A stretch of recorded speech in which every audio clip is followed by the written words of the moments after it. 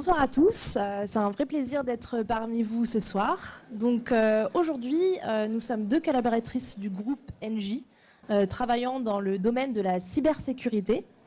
Et selon vous, est-ce que la cybersécurité, c'est que de la tech? Eh bien, ce soir, on va vous démontrer le contraire. Donc, pour ma part, je m'appelle Sarah Bellawa, donc je suis diplômée en droit des sociétés, spécialisée en droit des affaires. J'ai obtenu mon diplôme en 2012 et après quelques années, j'ai décidé d'entamer une reconversion professionnelle dans le domaine de l'informatique que je trouvais assez innovant. Donc je me suis inscrite à l'école de l'IPI de Paris pour pouvoir passer une formation en tant que directrice de projet en informatique. Par la suite, j'ai effectué un stage auprès de la CIMAD, qui est une association nationale, pour pouvoir donc confirmer mon choix. J'ai travaillé en tant que product owner pour le développement de leur logiciel métier et bénévole. Et ensuite, j'ai eu la chance d'intégrer le groupe Engie en tant qu'alternante dans un service spécialisé en cybersécurité, où là, j'étais appui au manager de ce même service. Donc, j'ai fait de la gestion de projet, j'ai accompagné les équipes dans leur mission opérationnelle. Donc, j'ai été accompagnée par les experts qui m'ont formée à la traduction du langage technique pour le remodeler en besoins fonctionnels. Et après ces 1 an, j'ai eu le plaisir d'être internalisée, donc embauchée par le groupe Engie au sein de ce même service en tant qu'analyste fonctionnel. Donc j'ai repris exactement les mêmes fonctions au sein de ce service avec un peu plus de gestion de projet, de la facturation, etc. Et au bout de 2 ans, j'ai eu le choix, donc soit de continuer dans cette direction, donc continuer à faire plus du fonctionnel, ou bien me diriger vers une branche un petit peu plus technique, toujours au sein du groupe. J'ai décidé de rester dans cette phase très fonctionnelle de mon métier et j'ai été promue comme manager d'un service informatique tout récemment, donc ça fait 1 an, où là, donc je fais du suivi opérationnel, je participe à promouvoir mon service en faisant beaucoup plus de com, participer au projet de l'innovation et toujours sécuriser un petit peu plus mon service au sein du groupe Engie. Donc, merci de m'avoir écouté pour mon parcours assez atypique et maintenant je laisse ma collaboratrice Camille se présenter. Bonsoir à tous. Moi, par contre, j'ai commencé, après le bac, j'ai commencé par réaliser une première année, la PACES, qui est la première année en commune des études de santé. Après cette année qui a été dure en compétition, j'ai décidé de me réorienter en école d'ingénieur, à l'ECE Paris en particulier, parce qu'il me proposait la majeure santé et technologie. Donc réellement pour continuer dans cette lancée sur la santé. À l'ECE Paris, j'ai pu réaliser des stages, j'ai pu réaliser des projets, mais également un échange à l'international. Et c'est grâce à toute cette expérience accumulée que j'ai décidé de m'orienter plutôt dans la majeure cybersécurité défensive et ingénierie informatique. Parmi les stages que j'ai effectués, il y en a un en particulier qui m'a marqué, qui est celle que j'ai réalisée au sein d'Orper en tant que stagiaire au sein de l'équipe RSSI du groupe. C'est à ce moment-là que j'ai découvert la gouvernance à la cybersécurité. À ce moment-là, j'ai pu découvrir et participer au projet, à la sécurisation des projets, contrôler l'application de la politique de sécurité du groupe ou encore réaliser la mise à jour du documentation de référentiel. Mais c'est aussi grâce à ce stage que j'ai découvert qu'avoir seulement des compétences techniques n'était pas suffisant et qu'il fallait que je me dote d'une autre compétence qui est des compétences managériales.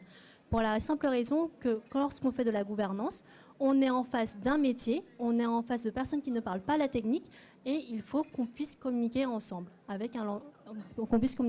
C'est pour cette raison que j'ai réalisé, que j'ai intégré Audencia dans la majeure gestion des affaires numériques et technologiques de l'information. Et à la suite de ces études, j'ai pu réaliser un stage de fin d'études au sein d'Engie où j'ai pu cette fois-ci appliquer la gouvernance à la cybersécurité.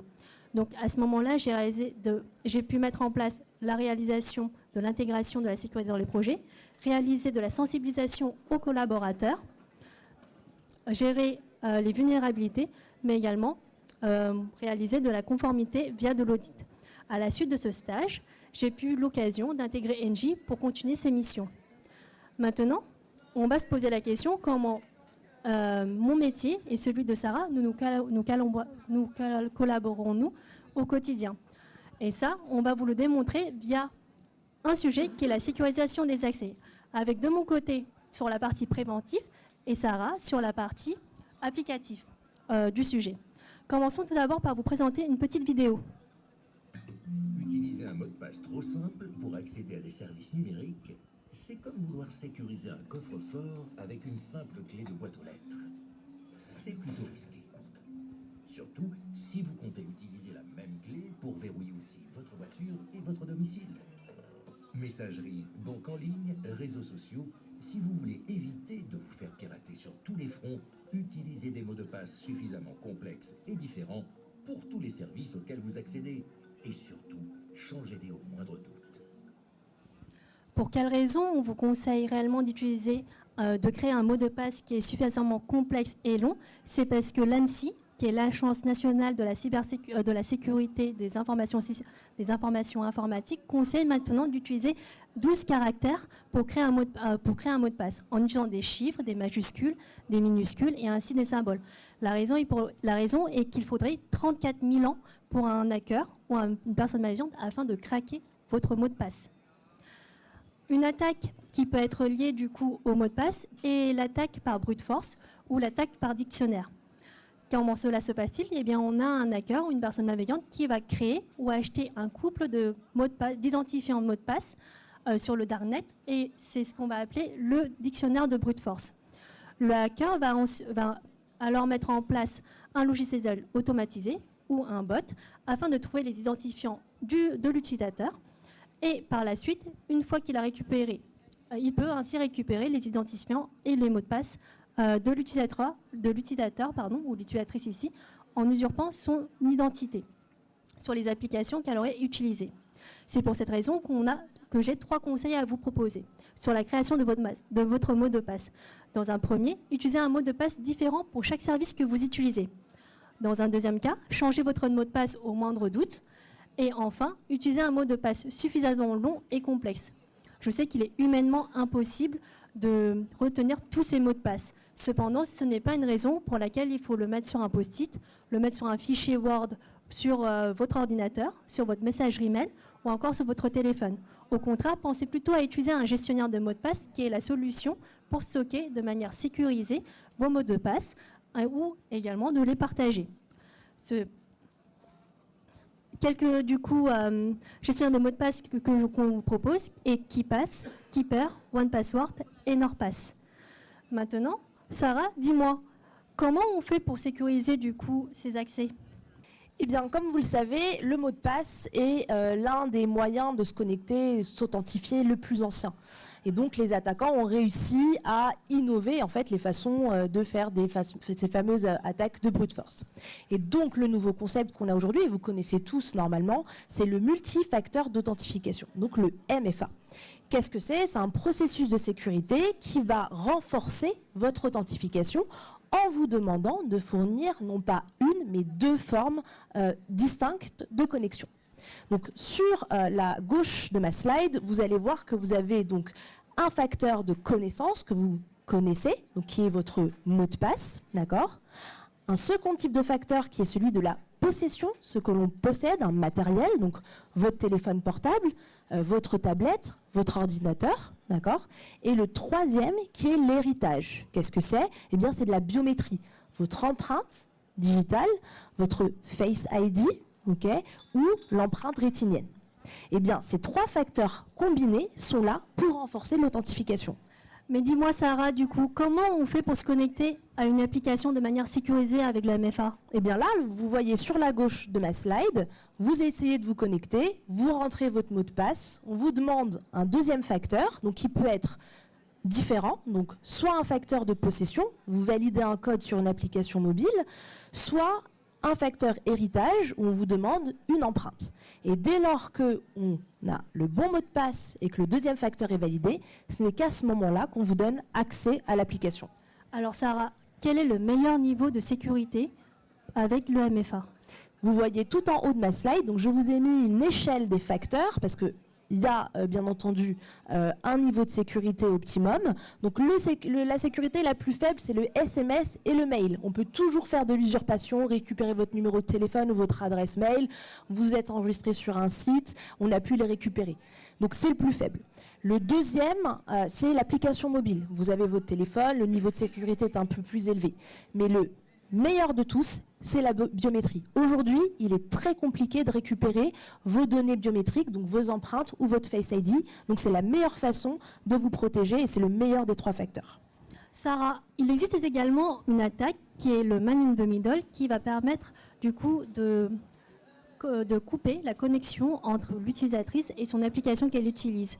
Donc en fait, on aurait un hacker ou un man in the middle qui va récupérer et renvoyer toutes les connexions des données que l'utilisatrice et l'application vont se renvoyer l'une et l'autre. Comment on peut se protéger de cela ?